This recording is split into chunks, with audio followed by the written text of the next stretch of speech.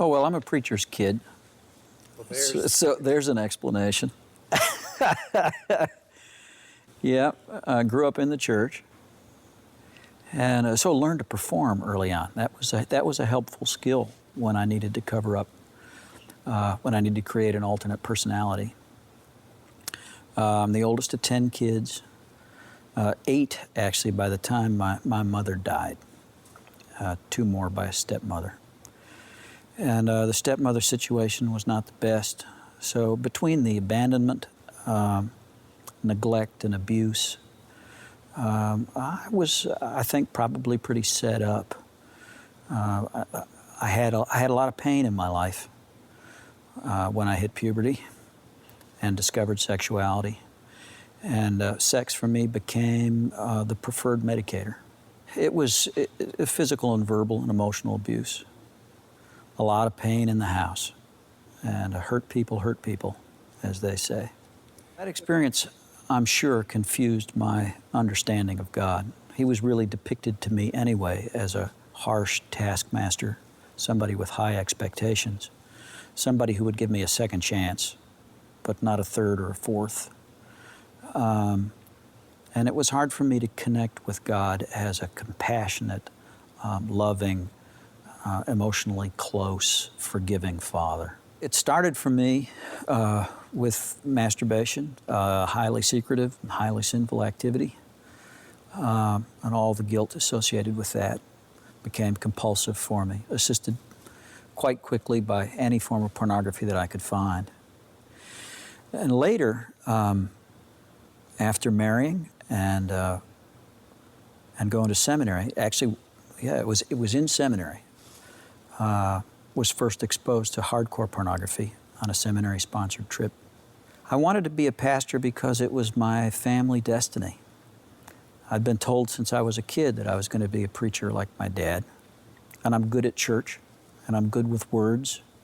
I never doubted that that's where I belonged, and so that's exactly where I went. It was difficult, to say the least, to know that I was a pastor, that I was standing up on Sunday morning to preach the gospel and give people advice and direction on how to run their lives, and my own was completely out of control. I was violating my own deepest held convictions on a weekly, if not a daily basis. And I think the way I maintained my sanity was just to split. I essentially had multiple selves that I would take off and put on like so many suits of clothes.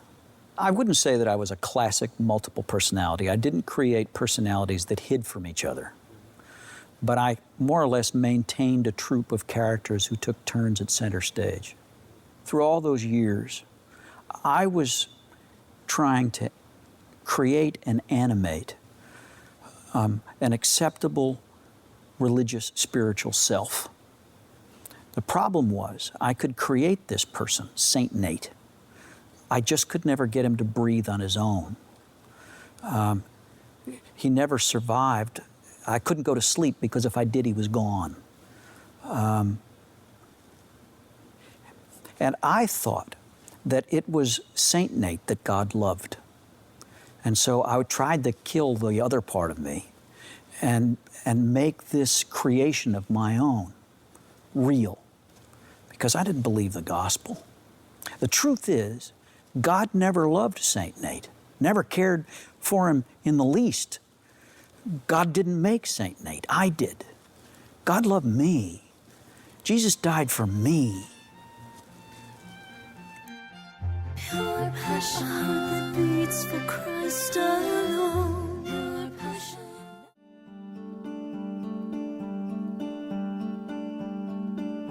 For me, that revelation came at the end of a very long road, after I'd left the ministry in despair, when my marriage was all but dead.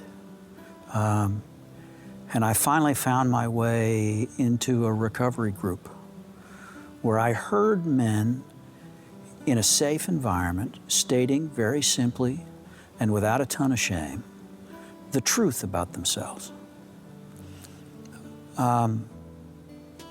When I actually said the truth and didn't die, when I said the truth and felt the presence of Jesus, it began to dawn on me that He loved me, that I didn't have to hide from Him any longer. It was because the addiction left me no other choice that I made my first friend. And that friend became the first of many friendships. I found that as I was willing to tell my story to other men, an awful lot of them said, "Me too." And they began to tell their story for the first time. My circle of friends expanded and eventually became something we call the Samson Society, that I had the privilege of co-founding about 3 years ago. It's a fellowship of failed heroes. It's a company of brothers. It's the closest I've ever come to what it must feel like to play on a championship football team. We're living the Christian life together. We're following Christ as a team, and we're finding that He honored His promise, that whenever 2 or 3 are gathered in His name, He'd be there. I always wanted just me and Jesus. I wanted to go to the garden alone. He never intended to have that kind of relationship with me. That was a figment of my imagination and the creation of my church culture. Jesus didn't say, "Follow me," to one guy. He first said it to 2 and added to them 10 more. He always intended us to follow Him together, to love Him and love each other. And if I were not an addict, I never would have discovered that truth.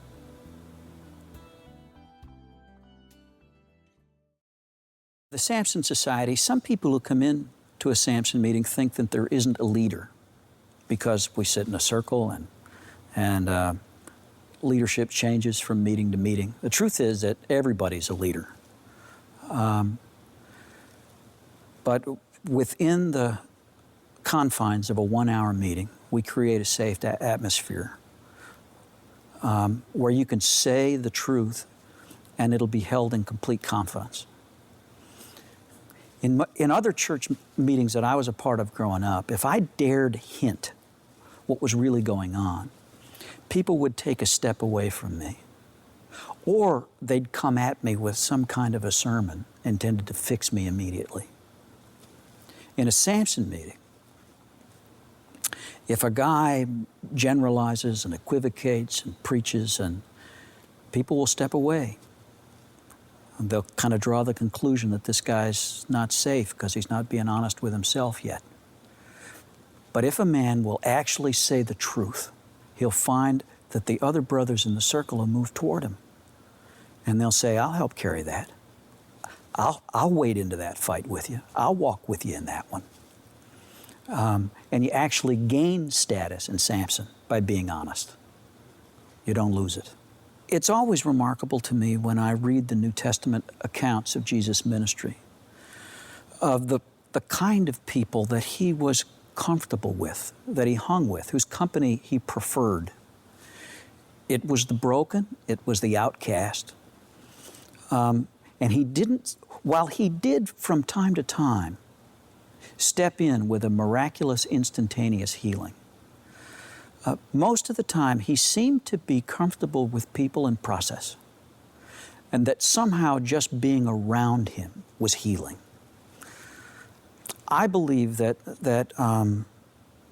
God designed us to heal. Our bodies heal in time. Almost any wound will heal. Almost any wound will heal. The church, I believe, is a healing community. The gospel is a healing balm. The sacraments of the church are a medicine. And just spending time with the saints in the communion of the Holy Spirit has a restorative quality to it. Some guys heal very quickly. Some guys heal slowly. But I've yet to see a man who makes his way into the fellowship of the church who doesn't experience healing. Your passion that beats for Christ alone. Your passion. You know, for some of us, it has been difficult to trust others. We've tried it in the past and we've gotten burned. We've opened our heart to those who seem trustworthy and gotten it stomped on. And so we've taught ourselves to withdraw our true self inside and to not share it with anyone. Our public face is put on like makeup and taken off when we go home. It hurts too much to risk being open, honest, and vulnerable. It hurts too much to love. But what if there was a place where people like us gathered for the express purpose of sharing our true hearts, where everyone was sensitive to being betrayed and determined never to do that to another who opened their hearts to them? That would be heaven to those of us who are deathly afraid of being used and betrayed. It would be a comforting place, a place where we could share our true selves, our true hearts, and have the assurance that we would be loved anyway, no matter how dark the revelation. What I have just described to you should be a description of the local church. But in many, if not most cases today, it's not. Thus, we have groups of people who form, not to replace the local church, but to supplement the church with ministry that isn't being carried on by them. In my own healing process, God used the local church, as well as home fellowship groups, conferences, prayer with a few other people, and time spent alone with Him in His Word, in prayer, and in worship. It's all a part of His provision for transforming us into His likeness and equipping us to do the ministry of the church wherever we may be. I'm David Kyle Foster for all of us here at Pure Passion, praying that you may seek God with all of your heart and find Him everywhere He can be found.